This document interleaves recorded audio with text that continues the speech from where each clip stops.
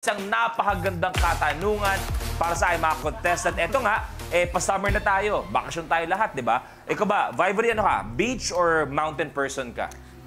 I think I'm more of a beach person po. Kung may isasama ka sa beach, na taong espesyal sa'yo, sino isasama mo at bakit? Sino ba? Sino kaya? Tingnan sa likod, no? Oh, sino? Yun CK. pa. Okay, maganda. Bakit? Bakit si CK talaga? Wala, I think masaya po siya kasama pag mga ganun. Lambingan sa dagat ang nangyayari. Robbie, Kulitan. ikaw, brother. Ako, brother, sa beach po, kasi sa diving. Tsaka ikaw kasama ko. Call you. Jane, ikaw. Beach din po. Sino sasama mo? Mama ko po, if ever.